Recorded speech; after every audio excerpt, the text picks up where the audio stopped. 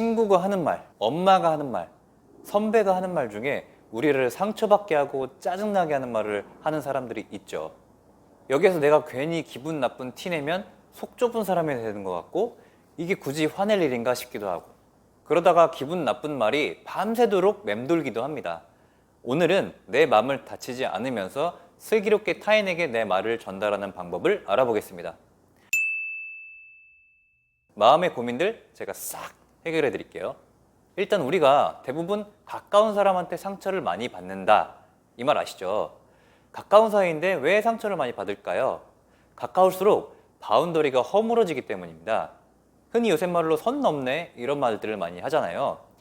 정신과 의사 문유한 작가가 쓴 관계를 읽는 시간 책에서 바운더리 개념을 잘 설명해 뒀습니다. 이 바운더리가 뭐냐면 나와 너를 구분하는 경계인데요. 우리는 친할수록 편하게 대하기 때문에 이 바운더리가 허물어지는 경험을 많이 합니다. 별로 친하지 않으면 그냥 그 사람은 그 사람, 나는 나, 이렇게 생각할 수 있는데, 친해지고 가까워질수록 서로 다른 독립적인 인격체라는 사실을 잊게 되죠. 계속 선을 넘게 되고 누군가 한 명은 상처받게 될 수 있는 관계로 발전을 합니다.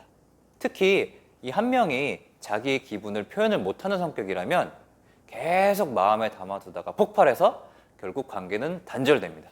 그래서 오히려 친한 사람일수록 내 선을 분명하게 상대방에게 전달해 주는 것이 정말로 필요한데요.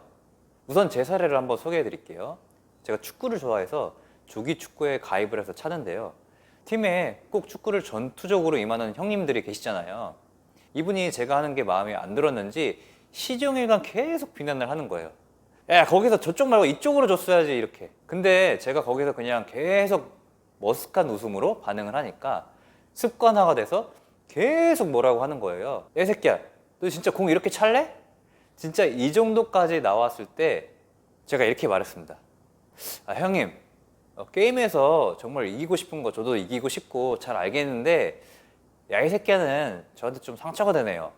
이렇게 내 선을 지킬 수 있는 한마디를 했더니 그 형님도 깜짝 놀라시면서 미안하다고 이렇게 말씀을 하시는 거죠.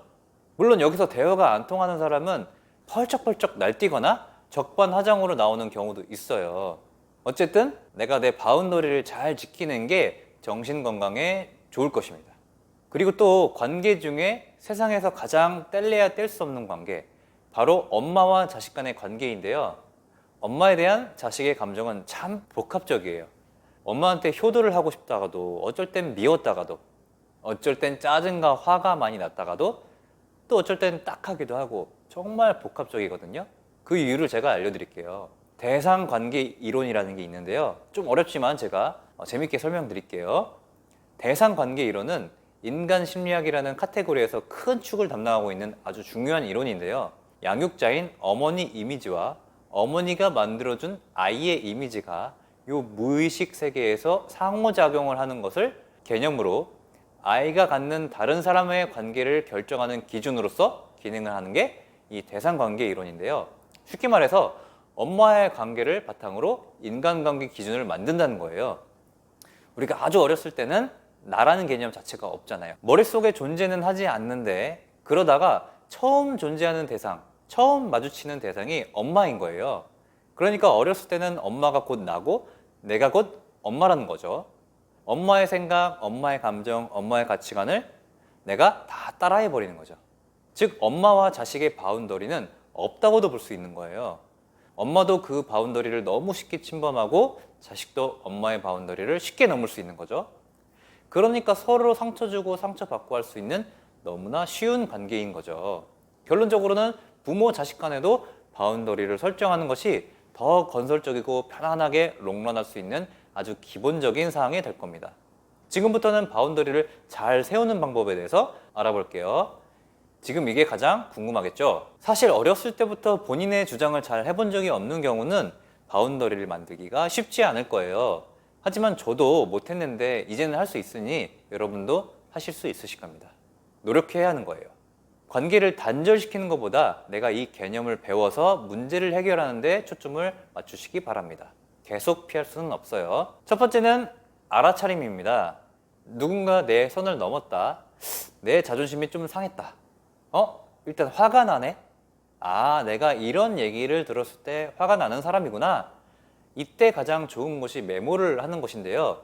축구할 때 땡땡 형님이 나한테 야 이 새끼야 라고 해서 화가 좀 났다. 나한테 셀프 카톡을 보내는 것도 좋고 일기장에 쓰는 것도 좋습니다. 일단 그 감정을 인지합니다. 그러면 그 감정이 한 템포 내려앉는 것을 분명히 느낄 수 있으실 거예요. 근데 계속 화가 날 수도 있어요. 근데 분명히 한 템포는 내려갈 거예요. 두 번째, 나는 어떻게 하고 싶은가에 대한 생각을 해보는 거죠. 나는 이 사람과 어떻게 지내고 싶은지, 나는 이 사람과 관계를 끊고 싶은지, 아니면 이 사람과 관계를 계속 하고 싶은지, 잘 지내고 싶은지, 아니면 그만두고 싶은지, 그냥저냥 적당히 지내고 싶은지, 결론이 어떻게 되었든 이제 내 생각을 잘 표현을 해야 됩니다. 앞으로 계속 그 얘기를 들으면서 기분 나쁠 필요가 없잖아요. 그렇지 않습니까? 세 번째, 상대방한테 잘 표현하는 방법을 연구하는 겁니다. 이제 내 마음을 솔직하게 표현할 차례예요. 내가 표현을 하지 않으면 상대방은 당신의 마음을 절대로 알 수가 없어요. 당신이 눈살을 찌푸렸든 한숨을 쉬었든 아무리 표현을 해도 잘 모를 거예요. 여러분은 그 사람한테 얘기를 해야 돼요. 일단 단체에 있는 사람이라면 그 사람을 따로 불러내서 해야 되고요.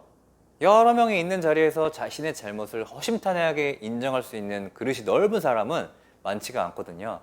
그리고 상대방에 대한 지적이 아니라 내 마음이 어땠는지에 대한 중점을 두는 겁니다. 당신이 야 이 새끼야 이렇게 얘기할 때 내 마음은 상처를 받았습니다. 당신이 하는 행동 그거는 잘못된 거다 이렇게 말하기보다 당신의 말이 내가 듣기에 좋지 않다. 상대방의 행동을 지적하면 상대방은 발끈할 수도 있어요. 근데 상대방의 행동에 대한 내 마음을 얘기하면 상대방이 적어도 여러분의 마음을 존중해 줄 수 있는 가능성이 높아집니다. 자, 오늘은 무례한 사람들에 대한 대처 방법에 대해서 알아봤습니다. 오늘 영상이 좀 도움이 되셨나요? 근데 우리가 궁극적으로 가야 할 길은 자존감 자체를 올려버리는 거예요. 상대방이 하는 얘기가 전혀 타격이 없는 상태가 자존감이 올라가 있는 상태거든요. 그건 그냥 네 생각이고 이렇게 생각할 수 있는 여유가 이게 레벨 2 정도 됩니다. 어떻게 보면 내가 상대방의 말에 상처가 된 이유는 내 낮은 자존감도 역할을 하고 있을 수 있거든요. 마지막 레벨 3는 상대방의 말을 그냥 정보로 흐르게 놔두는 건데요. 사실 야 이 새끼야 이 단어는 우리 자신 자체가 아니잖아요. 그냥 단어가 들렸을 뿐이죠. 야 이 새끼야 이런 말과 우리를 동일시하지 않는 상태, 즉 아무렇지 않은 상태가 레벨 3입니다. 앞으로도 레벨 2를 넘어서 레벨 3로 가는 방법에 대해서 제가 나름대로 공부하고 연구한 것들에 대해서 알려드리겠습니다. 구독과 좋아요 꼭 부탁드립니다. 여러분의 강철 멘탈을 책임지는 멘탈 코치 주필리오였습니다. 감사합니다.